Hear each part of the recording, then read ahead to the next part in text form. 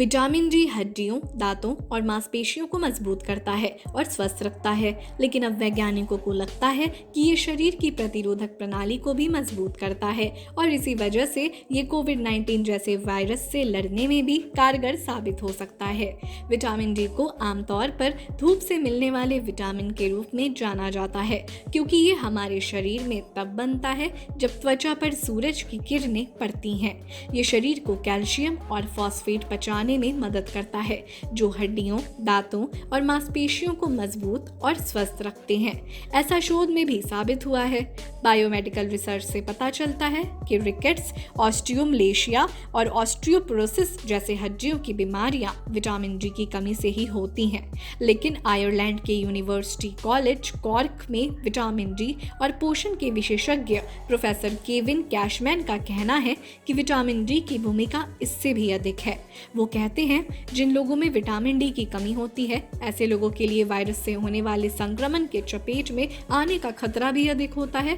ये ऐसी बातें हैं जिन पर इस साल खूब चर्चा हो रही है। कैशमैन कहते हैं, बीते 2 दशकों में विटामिन डी को लेकर नई समझ बनी है और पता चला है कि ये हड्डियों के बाहर भी भूमिका निभाते हैं। विटामिन डी प्रतिरोधक प्रणाली को नियंत्रित करने में भी मदद करता है। कोरोना वायरस से लड़ने में विटामिन डी कितनी मददगार? क्या विटामिन डी कोविड-19 से लड़ाई में मदद कर सकता है? प्रोफेसर कैशमैन कहते हैं कि वैज्ञानिक ये मान रहा है कि विटामिन डी की मामूली कमी से भी शरीर में कैंसर, हृदय रोग संबंधी बीमारियों, डायबिटीज और संक्रामक एवं सूजन संबंधी रोगों का खतरा बढ़ सकता है। लेकिन क्या विटामिन डी और कोविड-19 का कोई सीधा संबंध है? प्रोफेसर कैशमैन कहते हैं कि शीर्ष वैज्ञानिक समीक्षाओं से संकेत मिलता है कि इस बात के तो पर्याप्त सबूत हैं कि विटामिन डी की कमी और शरीर पर कोविड-19 के असर में संबंध है, लेकिन अभी इतने पक्के सबूत नहीं हैं कि लोगों को कोविड से बचने के लिए विटामिन डी के सप्लीमेंट लेने की सलाह दी जा सके।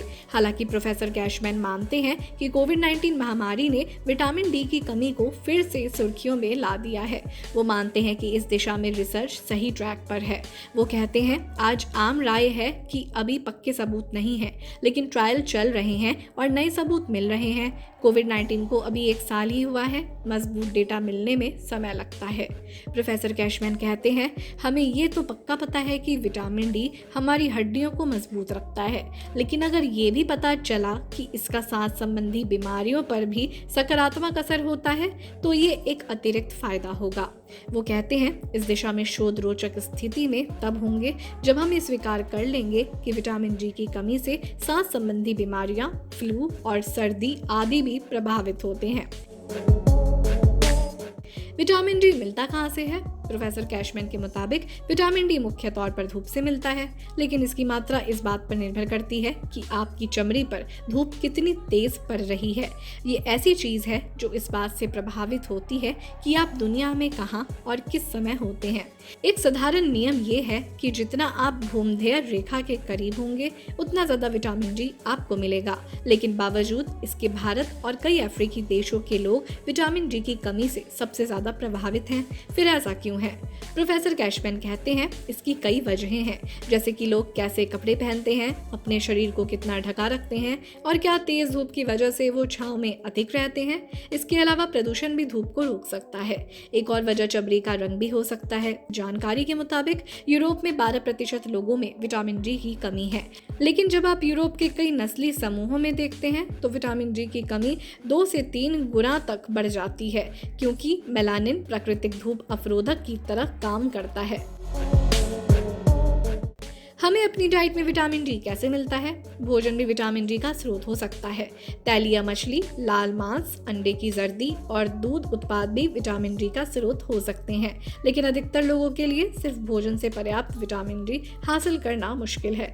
प्रोफेसर कैशमैन कहते हैं, विटामिन डी में समृद्ध अधिकतर खाद्य पदार्थ ऐसे हैं जो पशुओं से मिलते हैं, जबकि पौधों में विटामिन डी नहीं होता है। इसका मतलब ये है कि शाकाहारी लोग या ऐसे लोग जो महंगा मांसाहार नहीं खरीद सकते हैं उनमें विटामिन डी की कमी होने की आशंका ज्यादा होती है।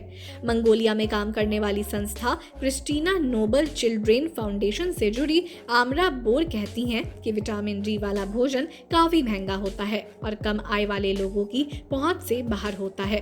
वो कहती हैं हालांकि सरकार ने आटे में विटामिन डी मिलाने का फैसला लिया है और ये सबसे ज्यादा खपत वाला खाद्य पदार्थ भी होता है।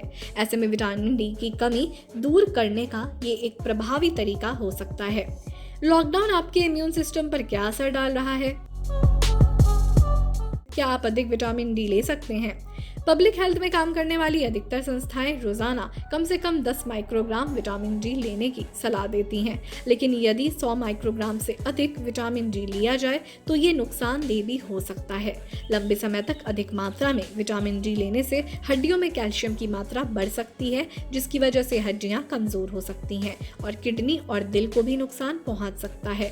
प्रोफेसर कैशमैन कहते हैं कई बार आप अलग अलग गोलियां खाने से या फिर ऐसे सप्लीमेंट लेने से भी विटामिन डी की अधिकता का शिकार हो सकते हैं जिनमें विटामिन डी ज्यादा होता है।